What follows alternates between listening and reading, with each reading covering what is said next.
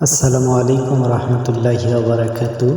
প্রিয় বন্ধুগণ, আপনারা অনেকেই জানতে চান যে বিটল পোকার লার্ভাকে কীভাবে কালো পোকার মাদারে পরিণত করা হয়। তাদের জন্য আজকের এই ভিডিওটি। আপনারা দেখতে পাচ্ছেন আমরা একটা ওয়ান টাইম কাপে রেখে দিয়েছি একটা পূর্ণবয়স্ক বিটল লার্ভা। সেই লার্ভাটা দেখা গেল খাবার ছাড়া রাখার ফলে 5 থেকে 7 দিনের মধ্যেই এরকম পিউপা হয়ে গেল।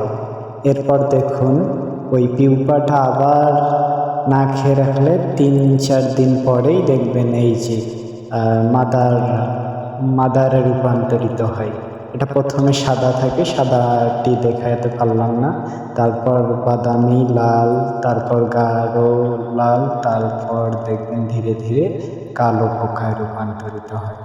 দেখুন 12 ঘন্টার মধ্যে এই পোকাটি কীভাবে কালো পোকায় রূপান্তরিত